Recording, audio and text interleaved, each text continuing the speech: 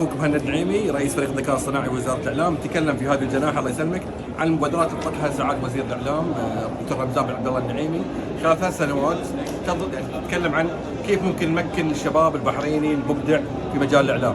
فجت فكرة مختبر مبدعين، انبثق من مختبر مبدعين 7 مبادرات فرعية ما شاء الله في مجال المسابقات، إعداد، التقديم، التمثيل، الموسيقى، المسرح، في أكثر من جانب الجوانب، إلى جانب الذكاء الصناعي اللي نتكلم عنه هنا. كيف قدر تلفزيون البحرين يكون أول تلفزيون في الخليج والوطن العربي ينتج محتوى كامل بالذكاء الصناعي أول في شهر رمضان. نعم وشهر رمضان الماضي ما شاء الله التلفزيون ينتج فواصل بالكامل بالذكاء الصناعي. ايضا حولنا التجربه بجانب الاذاعه بالتلفزيون. الان حتى في الاذاعه عندنا مذيعين برامج كامله، مو بس صوت نحوله لذكاء صناعي، لا مذيعين بالكامل يتحاورون يقدمون برامج كامله الذكاء الصناعي في اذاعه البحرين.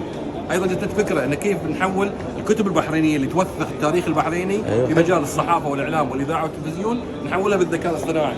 راح تشوف هني مجموعه من الكتب اللي موجوده الله يسلمك تتكلم عن الذكاء الصناعي، ممكن لاي شخص يطلع عليها بكل سهوله، تفاعليه وسهوله.